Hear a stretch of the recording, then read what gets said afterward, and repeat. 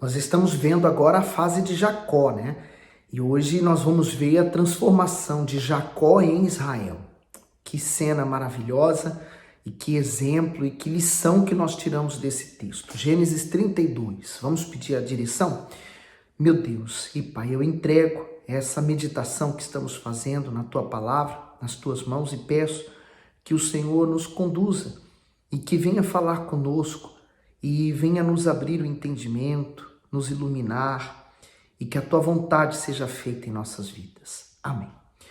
Diz assim: Jacó também seguiu o seu caminho e encontraram os anjos de Deus.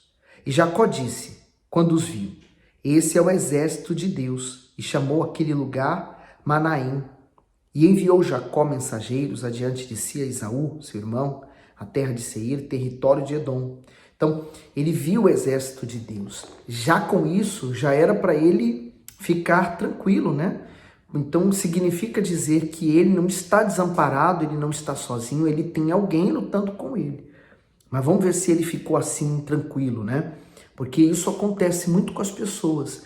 Ela faz uma corrente de oração, ela busca Deus, ela ora e ela espera sentir alguma segurança para poder ter a certeza de que vai dar certo.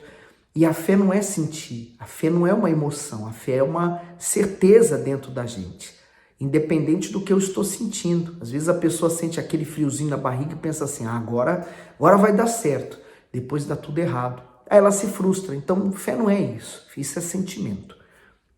Aí diz assim: e ordenou-lhes dizendo, assim direis a meu senhor Esaú, assim diz Jacó teu servo, como peregrino morei com Labão e me detive lá até agora, e tenho bois e jumentos, ovelhas e servos e servas, e enviei para o anunciar a meu senhor, para que ache graça em teus olhos.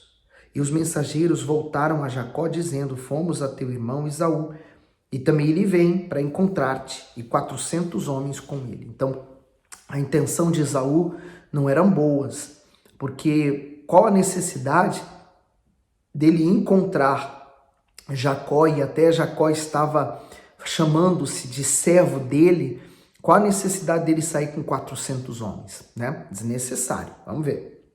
Então Jacó temeu muito e angustiou-se, e repartiu o povo com ele, que com ele estava, e as ovelhas, e as vacas, e os camelos, em dois bandos. Então, temeu e angustiou-se. Dois sentimentos do nosso coração que nos enganam. Quando ele viu aquele exército de Deus, era para ele ter confiança. Nesse momento, era para ele lembrar, olha, ele está vindo com 400, mas eu não estou aqui sozinho. Ele não lembrou disso. A angústia cegou o entendimento dele, fez ele tomar atitudes precipitadas. A mesma coisa eu digo a você, que é mãe, que é pai, que é esposa, que é esposo. Na hora da angústia, na hora do sentimento, você termina tomando atitudes precipitadas. Não te deixa agir corretamente, agir na fé. Você age no calor da emoção. E no calor da emoção, você pode pôr tudo a perder, estragar tudo. Não faça isso. Creia em Jesus, tenha fé em Deus, você vai ver Deus transformando as coisas. Diz o versículo 8, porque dizia, se Esaú vier a um bando e o ferir, o outro bando escapará. Disse Jacó, Deus de meu pai Abraão e Deus de meu pai Isaque, o Senhor que me disse, torna-te a tua terra e a tua parentela, far-te-ei bem. Aqui Jacó então está fazendo uma oração a Deus, né? E o que era esperado dele nessa oração? Que ele cresce na palavra de Deus. Tá vendo por que a fé não é sentimento? É uma crença. Crer é ele tá aqui lembrando, torna-te a tua terra, a tua parentela e far-te-ei bem. Quer dizer, Deus prometeu isso para ele. Então, era para ele tão somente crer nisso e seguir em frente, não é? Mas aquele temor, aquela angústia não deixava ele fixar a mente dele nessa palavra. Aí vamos seguir. Menor sou eu que todas as beneficências e que toda a fidelidade que fizeste a teu servo, porque com meu cajado passei esse Jordão, e agora me tornei em dois bandos. Livra-me, peço-te, da mão de meu irmão, da mão de Esaú, porque eu o temo. Porventura não venha e me fira, e a mãe com os filhos. E tu disseste, certamente te farei bem, e farei a tua descendência como a areia do mar, que pela multidão não se pode contar. O comentário do bispo diz, Deus de meu pai Abraão e Deus de meu pai Isaque. Que palavras profundas e gloriosas. Desesperado e angustiado pela expectativa do encontro com o irmão, que desejava matá-lo, Jacó apelou para que o Altíssimo lhe desse livramento. Também lembrou o Senhor da promessa de guardá-lo e protegê-lo, assim como ele fez a seus pais. Diante disso, o Todo-Poderoso o atendeu. Se Jacó obteve a vitória porque reivindicou as promessas feitas na aliança, muito mais receberemos nós que temos uma aliança superior firmada no sangue do Senhor Jesus. Então, ele estava fazendo essa oração, mas ainda assim ele estava inseguro, né, diante dos acontecimentos. Eu sei que eu falando assim parece ser muito fácil, né? Na hora da dificuldade a gente pensar dessa forma, mas não é não. É difícil. Na hora da luta, né, na hora em que você está no calor daquela situação afligitiva, você se desespera. É difícil. Sabe por quê? Nós, seres humanos, temos uma dificuldade muito grande em administrar os nossos sentimentos. Essa é a verdade. Essa é a natureza humana. Mas por isso que nós temos que ter na nossa cabeça sempre a palavra de Deus, porque nós vamos sempre ter dificuldade para administrar os sentimentos do coração. Então, vamos nos lembrar sempre da palavra de Deus, e aqui está o motivo para você não desanimar nessa meditação da palavra de Deus e não parar de meditar nela em tempo algum, tá compreendendo? Aí ele diz no 13, e passou ali aquela noite e tomou do que lhe veio à sua mão um presente para seu irmão Esaú, 200 cabras e 20 bodes, 200 ovelhas e 20 carneiros, 30 camelas de leite com suas crias, 40 vacas e 10 novilhos, 20 jumentas e 10 jumentinhos. Quer dizer, ele estava dando o melhor que ele tinha, porque uma vaca prenha, por exemplo, são dois, né? Uma jumenta com seus jumentinhos, quer dizer, ela pode dar mais jumentos. Quer dizer, olha só, ele está dando riquezas para Esaú, né? Porque ele também era riquíssimo. Ele não dependeu da riqueza do pai, ele construiu uma riqueza no tempo em que ele teve em Padã Arã, no 16. E Deus na mão de seus servos cada rebanho à parte, e disse a seus servos, passai adiante de mim, e ponde espaço entre rebanho e rebanho. E ordenou o primeiro, dizendo, quando Esaú, meu irmão, te encontrar, e te perguntar, dizendo, de quem és, e para onde vais, e de quem são esses diante de ti, então dirás, são do teu servo Jacó, presente que envia ao meu senhor, a Esaú. E eis que ele mesmo vem também atrás de nós. E ordenou também ao segundo e ao terceiro, e todos os que vinham atrás dos rebanhos, dizendo, conforme a esta mesma palavra falareis a Esaú, quando o achares. E direis também, eis que o teu servo Jacó vem atrás de nós, porque dizia, eu aplacarei com o presente que vai adiante de mim. E depois verei a sua face, porventura ele me aceitará. Então, ele está tentando remediar um problema que ele pode resolver no lado espiritual com presentes. Não tem jeito. Nada que você faça, né, com a força do braço vai dar resultado. Somente quando você usa a sua fé. Mas vamos ver o que vai acontecer. 21. Assim passou o presente adiante dele, ele, porém, passou aquela noite no arraial. Então, ele perdeu o sono natural. Quando nós estamos ansiosos por alguma questão, uma situação, quando a gente está com medo, a gente perde o sono, é natural. Olha o 22. E levantou-se aquela mesma noite e tomou as suas 2 mulheres e as suas 2 servas e os seus 11 filhos e passou o val de Jaboque. O comentário diz assim, val é um determinado lugar do rio onde se pode atravessar a pé. O rio Jaboque nasce na atual Amã, capital da Jordânia, percorre cerca de 250 quilômetros e desemboca no rio Jordão. Esse foi o local em que Jacó lutou com Deus e teve um encontro com ele. Espiritualmente falando, todo aquele que deseja conhecer o Altíssimo deve atravessar o val de Jaboque. Significa render-se a Deus, esvaziar-se de si mesmo e se encher de fé sincera nele. Então, naquele dia, a cabeça dele, eu acho que ficou trabalhando, e ele pensou, vou passar todos pelo val de Jaboque. Até para ele ficar sozinho, né? Ele queria ficar sozinho. Vamos ver. No 23, e tomou-os e fê-los passar o ribeiro, e fez passar tudo o que tinha. Jacó, porém, ficou só, e lutou com ele um homem até que a alva subiu. Quando nós ficamos só com Deus, nós podemos ver Deus face a face. Os problemas, ele tem duas reações, né? É igual reação química, mas os problemas têm duas reações. A primeira reação, né?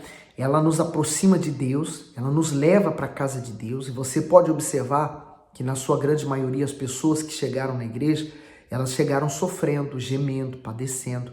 Então, o problema trouxe elas para a igreja.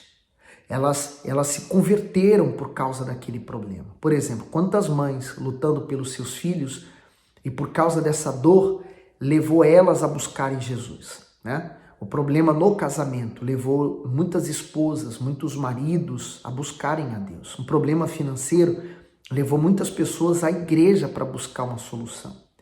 Mas a segunda reação, os problemas podem provocar a tua morte, porque quantas pessoas no limiar da sua dor, né, do desespero, da angústia, elas não suportando o que elas estavam sentindo, elas se suicidaram. Então, a dor pode te aproximar ainda mais de Deus ou te afastar completamente de Deus. Então, se você está passando por um momento de dor, de sofrimento, você está tomado por uma angústia, por uma ansiedade, por um medo, por tudo que está acontecendo na sua vida, então recorre à igreja, vai lá.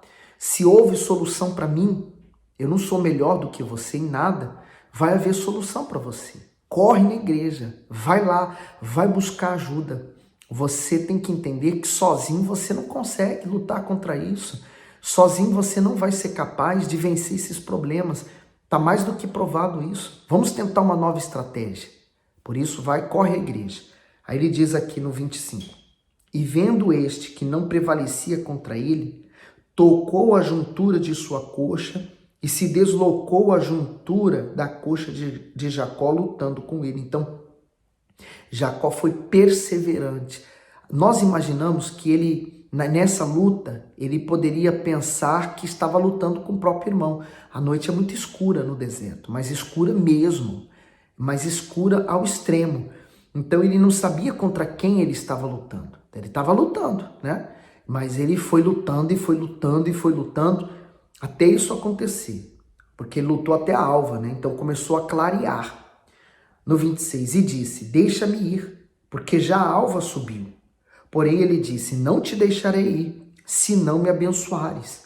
Então ele estava decidido agora a ser abençoado, porque ele entendeu que aquele a quem ele estava lutando era de Deus, era o enviado de Deus. Nós cremos que essa pessoa com quem ele lutou era o próprio Senhor Jesus. Aí diz assim, no 27, disse-lhe, qual é o teu nome? E ele disse, Jacó. Lembra? Não sei se você lembra. Quando ele entrou com o guisado, né? Com a bebida para o pai comer e beber e poder abençoá-lo, o pai falou assim, mas quem é você? Ele falou, eu sou Esaú. Ele queria ser Esaú. Aqui o anjo faz a mesma pergunta, mesmíssima. Qual o teu nome? Ele aqui poderia ainda continuar falando, eu sou Esaú, eu sou primogênito, eu mereço a bênção. Mas aqui ele reconheceu, eu sou Jacó, eu sou aquele que enganou, eu sou esse que estou desesperado, eu sou esse que estou pensando que é o meu fim, que acabou tudo para mim, eu sou esse, olha só, eu sou esse aqui. Ó. Então qual o seu nome? Ele disse, Jacó. No 28, então disse, não se chamará mais o teu nome Jacó, mas Israel, pois como príncipe lutaste com Deus e com os homens e prevalecistes. Que forte! Quer dizer, de Jacó, usurpador, roubador, enganador, a Israel, príncipe. Porque Israel aqui inicia, né, uma nação. A nação de Israel proveniente de Abraão, Isaac e agora Jacó. E aí ele fala: como príncipe lutaste com Deus e com os homens. Por que que nós lutamos com Deus? Porque primeiro nós lutamos para receber a palavra de Deus. Depois nós lutamos contra a nossa própria vontade, a nossa carne. A coisa mais difícil que tem é você vencer a sua carne, as suas vontades, a vaidade humana, né? O ser humano, ele é muito cabeça dura. Ele põe uma coisa na cabeça dele, ele quer aquilo, ele luta por aquilo. E às vezes aquilo vai só fazer mal para ele. Quantas pessoas, por exemplo, obstinadas num relacionamento doentio, quantas pessoas obstinadas numa coisa, num vício, que ela sabe que está destruindo ela, mas ela permanece naquela situação, porque ela quer aquilo, né? Então, olha só o que é a vontade humana, né? A vontade humana que prevalece quando ela está forte. Ela leva a pessoa ao vício, à destruição, ela mesmo sofrendo, ela pretende ficar sofrendo e segue sofrendo. Então, o ser humano, ele é assim. Quando ele diz respeito às coisas de Deus, ele resiste. Você pode observar, né? O ser humano, para fazer o que é errado, ele tem uma facilidade, ele tem uma força muito grande, mas quando diz respeito às coisas de Deus, ele sente uma fraqueza, um desânimo, ele não tem essa sustentabilidade, né? Ele não consegue buscar a Deus. Por quê? Por causa justamente disso aqui. Ele não consegue vencer a sua natureza humana, o seu ser humano. Mas conforme você vai ouvindo a palavra de Deus, como nós estamos fazendo, meditando, essa palavra que você vai ouvindo vai deslumbrando, vai iluminando a sua mente para um Deus que é poderoso. Aí você vai fazer questionamentos. Poxa, eu estou perdendo essa batalha por um sentimento tão bobo, tão sem força. Ah não, meu Deus, me dá força, eu quero vencer com o Senhor, entendeu? Você começa a questionar a si mesmo, mas por que eu tenho que ficar sofrendo se existe um Deus tão grande? Por que eu tenho que passar por essa dor se Deus é poderoso? Se esse Deus que está aqui nessa palavra, ele é vivo e poderoso, então ele vai me curar, ele vai me libertar, ele vai restaurar minha vida, ele vai transformar minha vida. Esse Deus que mudou a vida de Jacó, fez ele deixar de ser Jacó para ser Israel, é o Deus que vai transformar minha vida. Então, esses questionamentos próprios, né, faz você pensar, faz você raciocinar, faz você usar a fé. Porque o segredo da fé está em você duvidar da dúvida. Porque o diabo, assim como Deus é espírito e ele trabalha com a palavra, o diabo é espírito, também trabalha com a palavra. Ele semeia a palavra de dúvida e se você aceitar aquela dúvida como sua, então ele ganha. Quando você duvida da dúvida do diabo, então você naquele mesmo instante, você está rebatendo o diabo. A dúvida tem 3 níveis. Tem o nível em que a pessoa não tem dúvida, então ela está certa do pensamento dela e é um perigo, porque a pessoa que não questiona a si mesma, ela se torna um Hitler da humanidade, né? Ela se torna agressiva contra os outros, ela faz mal aos outros, então é um perigo. A ausência da dúvida é um perigo. Então, o extremo da dúvida é aquela pessoa que ela é tomada completamente por uma dúvida, por uma insegurança, e ela não toma a atitude certa. Ela é dominada, então ela é prostrada, ela é caída. E o meio, né, o equilíbrio, é aquilo que nós questionamos. Peraí, se existe um Deus e ele é vivo e é poderoso, então por que eu vou aceitar minha vida estar como está? É uma dúvida, mas é uma dúvida que está me fazendo pensar. Quando você pensa, Deus age. Nós extraímos dessa palavra o que nós precisamos, a força que nós queremos. Nós arrancamos dela.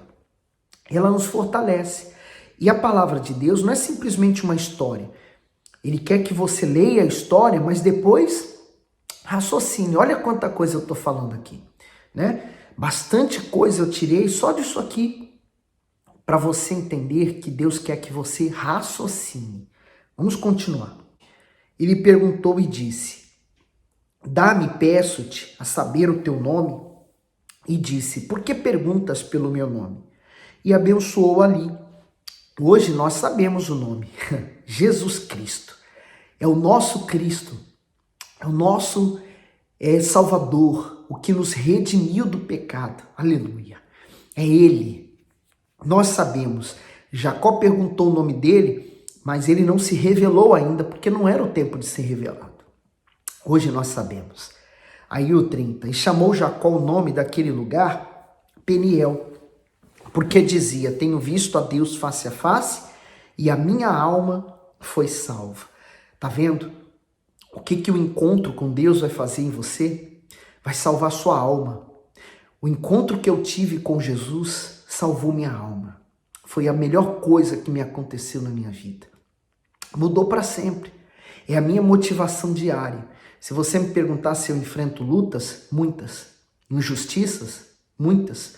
Nós vamos enfrentar o inferno nessa terra. Jesus falou isso. Ele falou assim, no mundo tereis aflições, mas tem de bom ânimo, porque eu venci o mundo. Então, quando você se entrega nos braços do Senhor Jesus, você vai ter vitórias, mas vai enfrentar aflições. Não tem jeito, nós vamos sempre enfrentar. Mas aquilo que nós temos aqui dentro é impagável. Não há dinheiro que pague. Não há nada que possa superar essa alegria. Não existe nada neste mundo que seja capaz de nos dar tamanha alegria como Ele nos dá. É isso que eu quero que você tenha. Tenho visto Deus face a face e a minha alma foi salva. É o que você precisa. O comentário do bispo diz: a luta de Jacó era uma decisão de vida ou morte. Isto é, ou Deus mudava aquela situação, ou Jacó estaria arruinado.